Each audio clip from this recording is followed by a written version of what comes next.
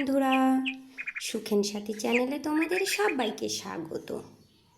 আমার এই ভিডিওটি যে যেখান থেকে দেখছো, কাছে দূরে, দেশ এবং দেশের বাইরে, সবাইকে অসংখ্য অসংখ্য ধন্যবাদ। দেখো, এখন বাজে ঘড়িতে 6টা আর আমি উঠে পড়েছি। তো আমি এখন 6টা থেকেই উঠি। রাত্রে ভালো ঘুম হয় না, কি করব, সেই জন্য 6টাই বেজে যায়। 5টায় আর উঠতে পারি না, মিথ্যে কথা বলে লাভ নেই। উঠে আমি সব কাজ সেরে নিয়েছি। সিঁড়ি মোছা, উঠোন ঝাড় দেওয়া, ঘর বারান্দা ঝাড় দেওয়া, বাসন মাজা, সব কিছু আমি কমপ্লিট করে নিয়েছি। নিয়ে এখানে আমি চা বানাচ্ছি। চাটা আমার হয়ে গেছে ওই পাশে। এবার আমি নাস্তা বানাবো। রাত্রে কিছুটা রুটি বাকি মানে বেঁচে ছিল, সেই রুটিটা আমি এগ দিয়ে একটু পেঁচিয়ে দেবো, আমার ছেলে মেয়ে এবং আমি। তো দেখো, এগটাকে আমি বুলিয়ে দিয়ে দিয়েছি। এবার এর উপরে আমি না রাত্রেবেলা যদি একটু রুটি বানাই, তখন মানে একটু বেশি করে বানিয়ে থুই। তো তোমাদের কাছে যদি এভাবে রাত্রের রুটি বেঁচে যায়, তো এইভাবে কিন্তু এগ রোল বানিয়ে নিতে পারো। বাচ্চাদের পেটটাও ভরা থাকে, আর এটা কিন্তু একটা পুষ্টিকর আটার যেহেতু রুটি, আর তার সাথে এগ, এটা কিন্তু খুবই পুষ্টিকর। দেখো, আমার রুটিটা কমপ্লিট হয়ে গেছে, আমি প্লেটে নামিয়ে নিচ্ছি। আর এর উপর দিয়ে একটুখানি সস দিয়ে দেবো।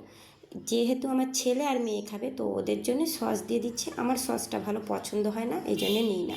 দেখো, এইভাবে কিন্তু তোমরাও বাচ্চাদেরকে দিতে পারো, ওদের পেটটাও ভরা থাকবে আর অনেকটা টাইম থাকতে পারবে, বিরক্ত করবে না।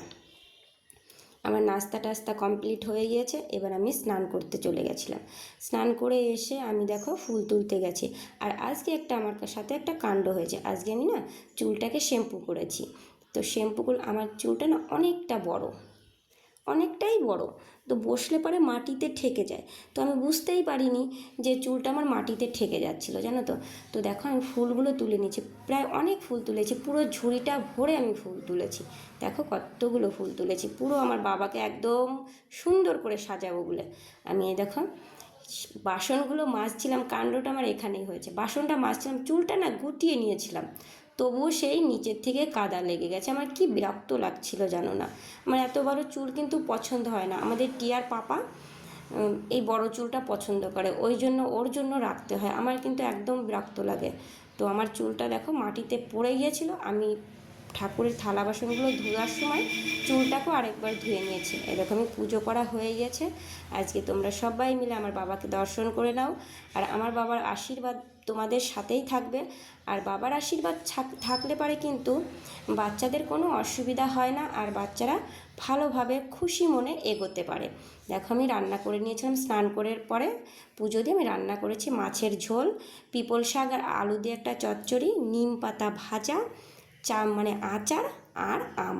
এখন যেহেতু আম পেকে গেছে, তো সব সময় আমার সকাল বিকাল দুপুর যে কোনো টাইমে হোক না কেন, আমার খাওয়ার সময় আম থাকবেই। পাকা পাকা আম আমি সব সময় রাখি খাওয়ার সময়। তো দেখো, খাওয়া দাওয়া করে আমি বাসনগুলো ধুতে গিয়েছি, আর তখনই রেশন চলে এসছে। তো আমাদের পাড়ার রেশনটা আমাদের বাড়িতেই দেয়। দেখো, সবাই রেশন নিচ্ছে, আর আমি এখানে যদি রেশন উঠাতে যাই, তো সবাই আমাকে চেপে ধরবে, বলবে তুমি এখন এসছো কেন, তোমার বাড়িতে রেশন দিচ্ছে, আর তুমি যদি আগে আগে নিয়ে নাও তাহলে কি করে হয়। তো আমি সববার লাস্টে রেশনটাকে নিয়েছিলাম। এই দেখো, চালটা খুব সুন্দরই এসেছে, একটু মোটা টাইপের। আর এই দেখো, এখানে আটা দিয়েছে। তো এই আটা আর চাল আমি ভাতটাকে রান্না করি আমার হাঁসের জন্য। তো ভাতটাকে রান্না করে আটা দিয়ে আর একটু কুড়ো দিয়ে ওদেরকে মাখিয়ে খেতে দিই, ওদের পেট ভরা থাকে। আর আমার হাঁসগুলো কিন্তু ঘরের পিছনে এখনও তোমাদের সাথে শেয়ার করা হয়নি। কোনো একটা ভিডিওতে আমি দেখিয়ে দেবো যে আমার কতগুলো হাঁস আছে আর কি কি হাঁস আছে, আমি সেগুলোও দেখিয়ে দেবো। দেখো, আমার এখন বিকাল হয়ে গেছে, আর কি মানে কোনো কিছু দেখানো হয়নি আজকে। আমার ডিউটিটাও তোমাদের দেখানো হয়নি, আজকে দেখাইনি মনে, আর ভিডিওতে ডিউটিটাকে রাখিনি। তো আমি বিকালবেলা চলে এসেছি শাক তুলতে। এখানে নোটে শাক তুলছি। দেখো, এই যে এটা হচ্ছে পটলের জমি। এই পটলটা নতুন লাগিয়েছে, পটল গাছগুলো এখনও কেবল মাচায় উঠেছে, এখনও পটল ধরেনি। তো আমি এখান থেকে মানে শাকগুলো তুলে নিচ্ছি, আর আমার মেয়ে ভিডিওগুলো করছিল, ঠিক আছে, ও মানে ফোনটাকে ধরে ভিডিও করছিল। এই দেখো, এই পাশটায় হচ্ছে, এগুলো চেনো তোমরা?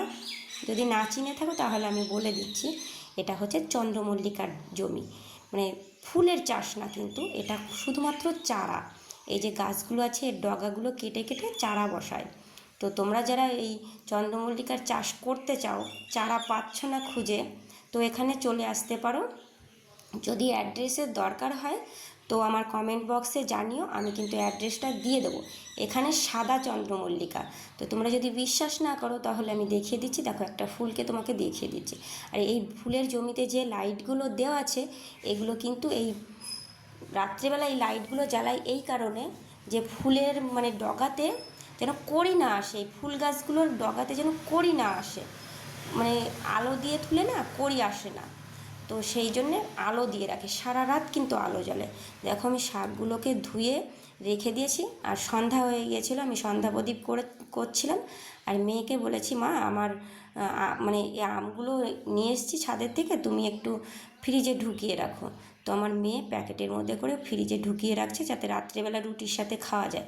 বললাম না যে সকাল বিকাল সব সময় কিন্তু আমরা এখন আম খাচ্ছি, আমাদের অনেকগুলো আম গাছ, আর সেখানে প্রত্যেকটা গাছে আম পেকে গেছে।